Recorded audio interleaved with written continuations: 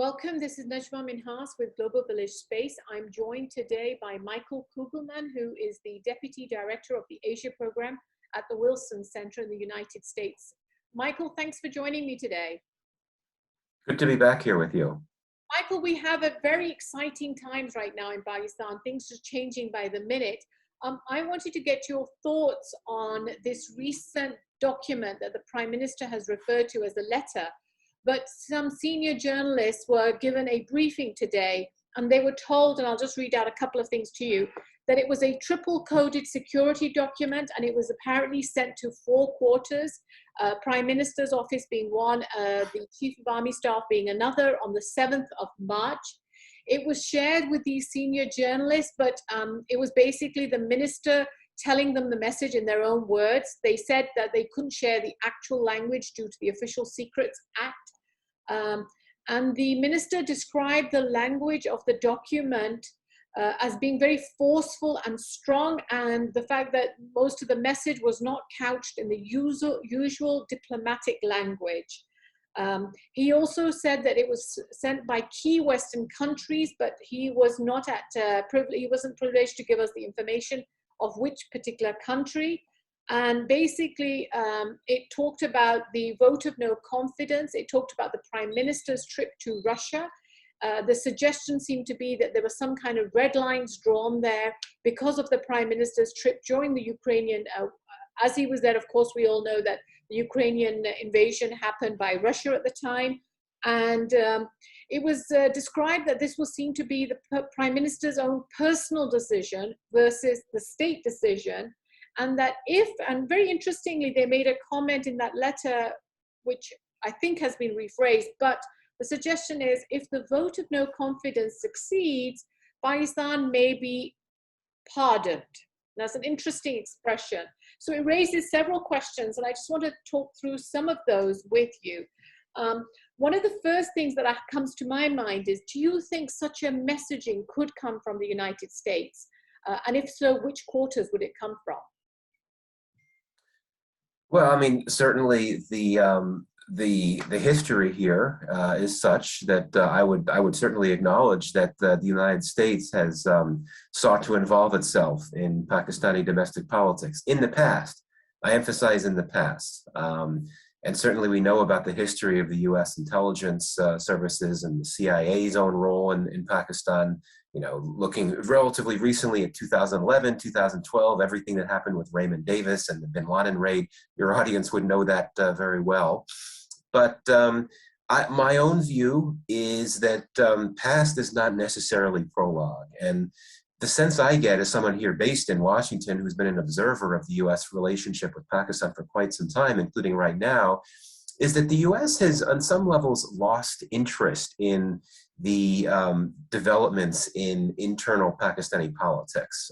The relationship with Pakistan is not nearly as broad, it's not nearly as strong as it has been in previous years. There's not as much to it.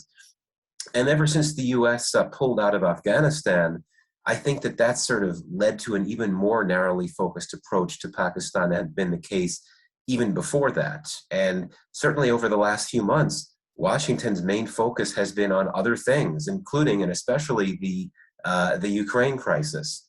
I just don't get a sense that U.S. officials have as much of a stake in outcomes and developments in domestic politics in Pakistan as they used to. And one more point on this: if you want to make an argument that that the United States would much prefer that Imran Khan not be prime minister, I could acknowledge that in the sense that he himself, Imran Khan himself, in recent weeks has really ratcheted up the anti-West sentiment very critical of the West and the United States. However, you look at how the U.S. views the various interlocutors in Pakistan.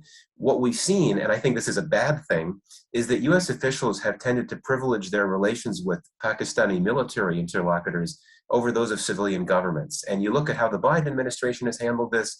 We know there hasn't been the phone call between Khan and Biden. There have been a number of exchanges with Pakistani military officers. So my sense is that if the U.S. would conclude that if Imran Khan were to go or if he were to stay, it doesn't really matter either way because it continues to see its main interlocutors in Pakistan being outside of the civilian leadership, which again, I don't think is a good thing for democracy, but that's how the US tends to look at these things. Saying in terms of leadership of Pakistan, the United States wouldn't necessarily choose between different leaders on the political front, but rather they see their relationship with the military, and that's all they're interested in. Is that, I mean, is that the implication? Because the other thing you did say is that Imran Khan is the one ratcheting this up, and he said things like, for example, absolutely not in the last couple of weeks. But we know that this is not just the last couple of weeks. I mean, Biden has been head of this, president of the United States since January 2020, and the call has still not happened. So it's not really just coming from Imran Khan. The United States has not contacted him at all. But your thoughts on the military and the leadership, I mean, do you think there would be certain people that the United States may prefer to work with versus Imran Khan? I mean, to be quite frank, I don't know in terms of the civilian side. I mean, we've seen a lot of tensions in the US-Pakistan relationship experienced over many years with many different political parties in place, right? You know, as you know, when the relationship last had its major down point, it was 2011, 2012, when you had the PPP in control, right? And then things were not necessarily, well, things did improve a bit when the PMLN took over, for sure.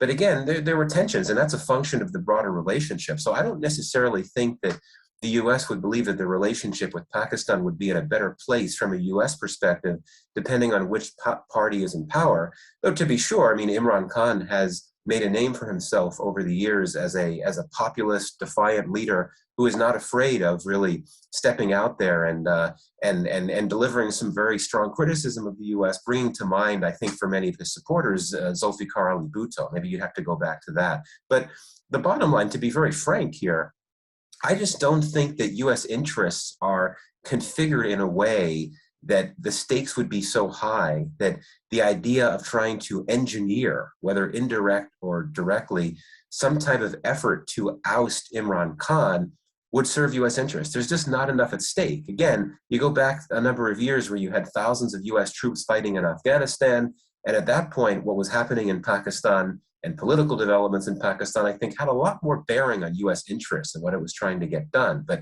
again, the US has really gone from the region, right? Other than its close relationship with India and so on, it's really gone from the region. So sure, I think that it's true that President Biden hasn't felt any strong need at all to engage with Imran Khan. He certainly, I'm sure, is not happy with some of the things that Imran Khan has said, but would the Biden and the administration be so moved by their being unhappy about Imran Khan that they would be willing to work with the opposition to try to oust him? I just don't see that being a realistic thing at this point. But again, I will say, I have not seen this purported letter. Most of us have not seen this purported letter. So I'm not in a place to give it a definitive view, but I sort of come at this from my own observations as an analyst of the relationship. And you refer to the fact that you thought that the United States understood that the relationship with Pakistan, to a large extent, should be driven via its military leadership. I mean, I'm rephrasing your words, but in essence, it's what you're saying. Do you think this may have been the reason why this document differentiated between the personal decision of the Prime Minister and the way he's running his foreign policy versus the state decision of the country? I mean, do you think that might be the reason why this has been differentiated between the two, saying that we can work with you, but we can't work with him, for example? Well, I mean, again, since I haven't seen the letter, it's hard to answer that. I don't know who allegedly wrote this letter. You know, initial reports were that the outgoing Pakistani ambassador to the US wrote the letter as an internal assessment to his bosses in Islamabad to try to capture what he thought to be tensions in their relationship and some of the perhaps unpleasant things that some US political figures had said. So if this letter were theoretically to have come directly from a foreign official, including a US official, then I think the conversation would be very different. So I'm not in a position to answer that. I will say that, to clarify, I think the US would prefer, you know, from a normative perspective, the US would prefer to emphasize the civilian leadership and align its relations completely around the civilian leadership, whichever political party it is. But I think that out of necessity, or out of a perception that it is necessary to engage on close levels with the military officials because of the perception harbored in the United States, in Washington, that when you really want to get things done, you need to talk to the military. Now, if that's an outdated perception, I'm happy to acknowledge that. But I think that that is still the perception in the US, and particularly given that most of the US interests in Pakistan these days tend to revolve around security issues and issues like the Taliban, issues like counterterrorism, where the army is going to exert a pretty significant role. I think that's where you can understand where the US is coming from in that regard. But unfortunately, I can't answer the question directly just because I don't have enough context. If the letter is published and we can see it, then I'm happy to have a more detailed conversation about it. The assumption, of course, that the Pakistani press would make is probably the United States. Rather than any other Western country, is because it knows that no other Western country has any ingress in Pakistan the way the United States or the British have, right? So the assumption is it's probably the Americans and the British, one of them expressing their dislike of Pakistan's policy, foreign policy, and in particular the recent policy which is going to Russia. Now on the Pakistani side, they see Pakistan as a very energy-starved country. You know, we import our food, we import wheat, for example. This whole crisis is affecting Pakistan extremely, you know, making the situation very difficult on ground.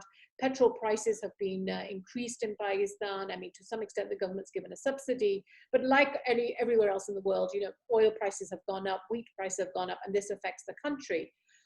So Pakistanis don't understand when if they are getting, let's say, a better relationship, improving their relationship with Russia, because they're an energy-starved country and they want cheaper petrol, what's the issue that the United States has with them? I mean, did Victoria Nuland give a similar message to India when she went there? Because we know that the Indians are buying Russian oil, they're buying cheaper Russian oil, and they're buying more of it. Now, currently, it's happening. They're also thinking of having a ruble-rupee arrangement so that they can buy other things from Russia, such as wheat, such as arms. So why this different approach to the Indians versus the Pakistanis, who may be doing exactly the same thing? And we saw this earlier as well with Iran. I mean, if you remember, the Indians had a relationship with Iran throughout the whole period in which Iran has had sanctions. Whereas Pakistan was not able to go ahead with this Iranian-Pakistan pipeline, which actually was direly needed in Pakistan. So why this difference in approach towards the two countries, the two neighbors? Yeah, I would actually take a different position. Certainly, to be very clear, the U.S. relationship with India is much stronger than the relationship with Pakistan. And the U.S. certainly gives India passes on a number of things that it wouldn't as much with Pakistan. However, on the issues that you're talking about, when it comes to Pakistan's position on Russia and the war in Ukraine, I actually think that Washington has come down much harder on India, and that's because India has so much more of a relationship with Russia. It does so much more business with Russia than Pakistan does. You know, as you know, only in the last few years have we seen Islamabad be in a position to deepen relations with Russia. And it was Imran Khan's bad luck that he happened to have this planned visit to Moscow on the day that the invasion of Ukraine started. You know, when Victoria Nuland was in New Delhi last week, she did an interview with NDTV, an Indian media channel, and she said something very significant. She said that democracies, including India, she described India as one of these democracies, need to evolve their position on Russia. So she was actually publicly, explicitly calling on India to change its position. I am not aware of any other type of thing happening with an official as senior as her turning to Pakistan and making that type of comment. I really don't necessarily think that the U.S. is really that bothered about how Pakistan is approaching the Russia or the Ukraine issue. I really don't think that, just because there's not as much to that relationship. And I think that certainly many in Washington would have preferred that Imran Khan canceled his trip or postponed his trip to Moscow. But I think that there's an acceptance of that. So I don't think that's where the unhappiness in Washington toward the Imran Khan government comes from. I really think that unhappiness is much more focused on India. And on the Iran issue, you know, to its credit, I should say that India did drastically reduce its energy imports from Iran after the U.S. started ramping up sanctions on Iran. It was something that India didn't want to do, but it did do that. And I think that was something that really prompted the U.S. to get off of India's back, so to speak. Final point on this, though, you know, India has this S-400 deal with Russia, this missile defense system that it acquired from Russia. It does still face the prospect of sanctions from the U.S., even though I think eventually the U.S. will provide a waiver. The fact that the U.S. has not yet said, we're going to work something out, there'll be a waiver, that should be concerning to India, and especially given that India is going to continue to want to import arms in the future from Russia, despite what's been happening with Ukraine.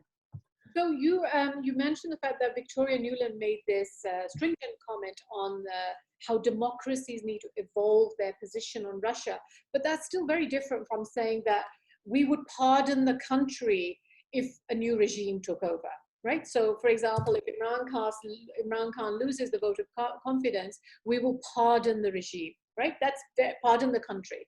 That's very different. Very strong statement versus someone needing to evolve their position on a country, right? That's, I mean, that's nothing. That's a small rap on the knuckles, hardly feels anything. Well, I would agree with your point if we know for a fact that that's true. If we knew for a fact that a U.S. official had actually made that pronouncement about Pakistan, I'm quite skeptical, quite frankly. And with Nuland, you're right. I mean, it was a relatively mild statement, but very different from previous statements from the Biden administration, which basically said something to the effect of, well, we don't like your position on Russia, but we're going to accept it. But this was a case of Nuland saying that, you have to change. So, given the nature of U.S.-India relations is a very strong, warm relationship, I think that is a significant change. And we'll see if other U.S. officials take similar positions. I mean, as you likely know, the Biden administration official charged with Russia sanctions policy is in India today, Wednesday, which is very significant, I think. They'll talk about other things for sure. But again, I don't think we should sort of soft pedal the issue that the U.S. is not just sort of brushing off the way India is handling the Ukraine crisis. It's very concerning, and it's now starting to express some of its unhappiness about that in ways that we had not heard earlier. Shah Mahmood Qureshi has actually now gone to Russia. I mean, the whole, after Zelensky's call to the prime minister, I think it was yesterday, Shah Mahmood Qureshi did have this conversation in China, has gone to Russia as well, and is trying to see what Pakistan can do in terms of mediation. But you're saying that apparently probably the United States isn't really interested in Pakistan in that way and doesn't really care what Pakistan does on Russia. So no for Pakistan then from that. No, I'm not saying it's not interested. I think that the U.S. would welcome any efforts by any country to try to do whatever is possible to get Putin to de-escalate and wind down the war. So in that regard, any efforts by Qureshi or any other Pakistani official to push that message would certainly be appreciated. I think that the issue with the U.S. is that it's not necessarily bothered about Pakistan's position on Russia and Ukraine as much as it is about India, is just because the nature of the Pakistan-Russia relationship is not as strong. And quite frankly, Pakistan doesn't have the leverage over Russia that India does because of the nature of India's very special relationship with the Russians going back to the early years of the Cold War. How do you think the US is viewing all the political instability that's occurring right now in Pakistan? I mean, to be very honest, I don't really think it's paying much attention to it. It's got its hands full with so many things. Obviously the war in Ukraine has sucked up all the energy in the room. It's taken up so much policy bandwidth. Obviously, when you have news from Pakistan that, the government is alleging some type of foreign conspiracy and some messages have been sent that there was some type of U.S. role, even if those messages are subtle, obviously that's going to attract attention in Washington. But, I think that, go back to what I had said earlier, I think that given how things have played out over the last few weeks, U.S. officials may well be perfectly happy to have a prime minister other than Imran Khan in power, because they would prefer to have someone that's not going to be, engaging in this relentless anti-U.S., anti-West rhetoric. But again, they'll deal with whoever they have, and at the end of the day, they're going to be looking at interlocutors elsewhere in Pakistan beyond the civilian leadership to talk to when they have to engage. And I think that those dialogues will continue. I don't think we should think that the U.S.-Pakistan relationship is going to collapse because of what's been playing out over the last few weeks in these unconfirmed allegations. I think that you've got key interlocutors on both sides, particularly in the militaries on both sides, that are keen to figure out ways to maintain some semblance of security cooperation focused on countering Islamic State, Khorasan, and related issues. What is this anti-West rhetoric that you feel the United States believes that Imran Khan has? I mean, you refer to this anti-West rhetoric. I mean, he referred to the European Union letter and said, and he asked them, did you send a similar letter to the Indians? And are we your slaves if you didn't send it to them and you sent it to us? I mean, is this what is perceived to be anti-West? Because during Trump's period, there was no anti-West perception about Imran necessarily, right? Right, and I think he's ramped up the rhetoric, and you're right. And perhaps it would be more accurate to describe it as harsh criticism of the West and the United States, not necessarily rhetoric. And I know that Imran Khan himself has said that he's not anti-West, and he likely isn't because he has such deep ties to the West because of his former life, his athletic career, his personal life, his connections. But I think that just because the intensity of his comments about the West have really ramped up, and the fact that he made such a big deal out of that statement from the EU ambassadors in Islamabad about what Pakistan should do about the Ukraine crisis, that suggests to me a degree of unhappiness on his part about the West. He could have just ignored that statement, or he could have said one thing and just left it, but he kept bringing it into his speeches and so on. And I think that suggests a level of unhappiness with the West that hinges on anti-West sentiment, even though certainly I would think it's more criticism than anything else. Do you think there's something about his foreign policy which might be perceived to be different from earlier governments, might be perceived to be more independent or something by the West?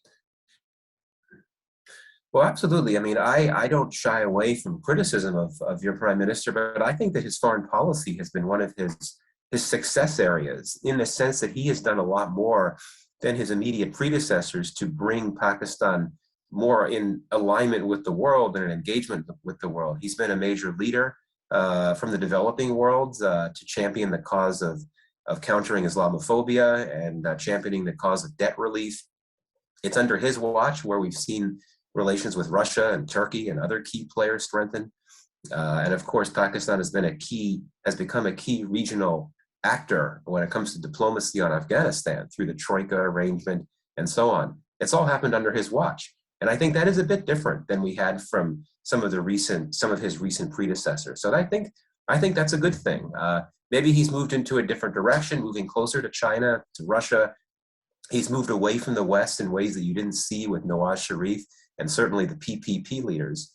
But I think it's important to emphasize how he has sought to engage Pakistan with the world in better ways than you had seen with his predecessors. And I think that he's done a good job in that sense. Being a diplomat, his travels around the world have generally gone very well, and he has a level of charisma, I think, that attracts him to many of his interlocutors during many of the visits he's taken, including his visit to Washington several years ago. So I give that credit to the prime minister.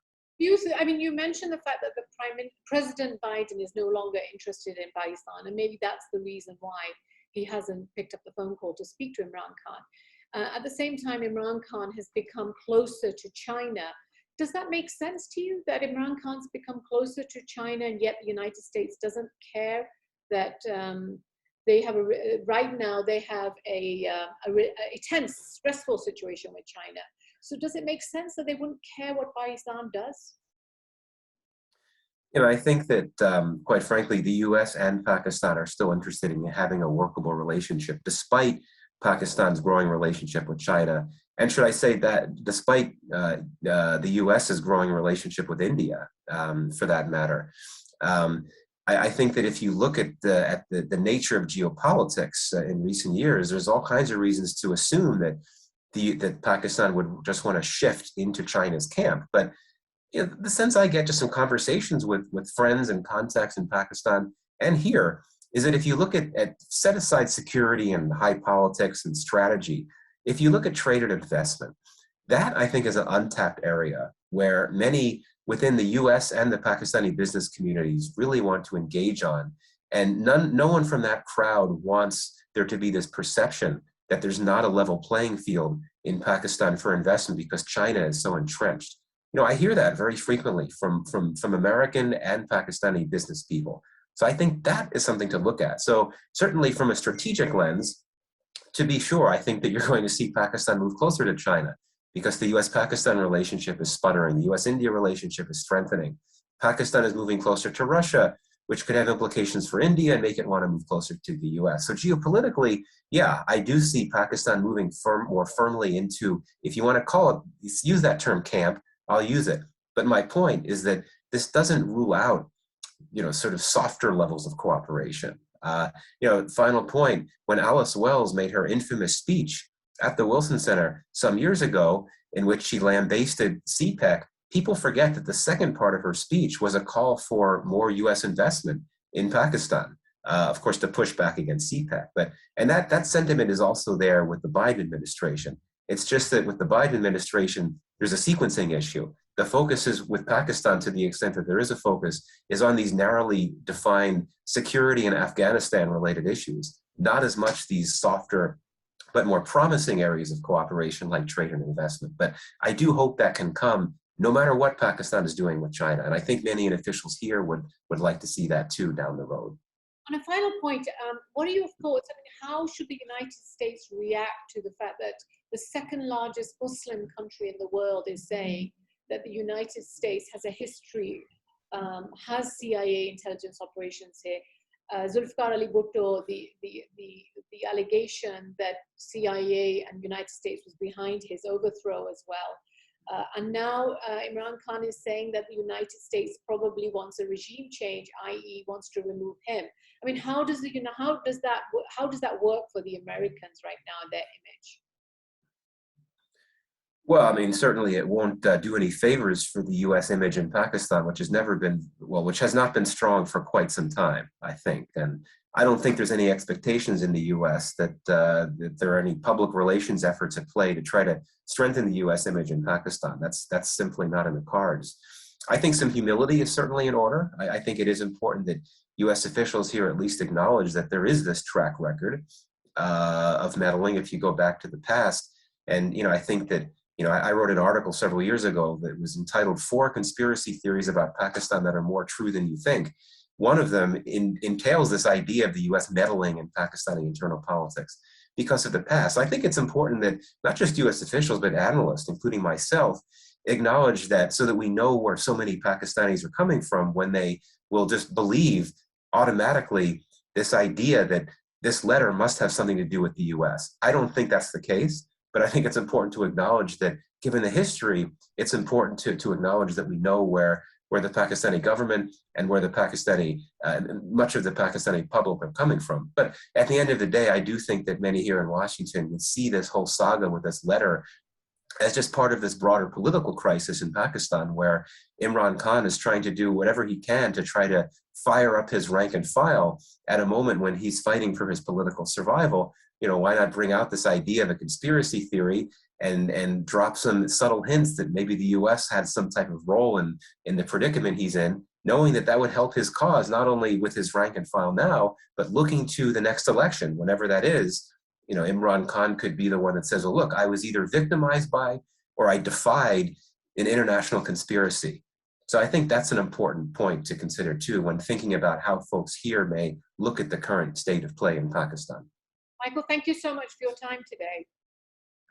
Thank you for having me. It was a great conversation.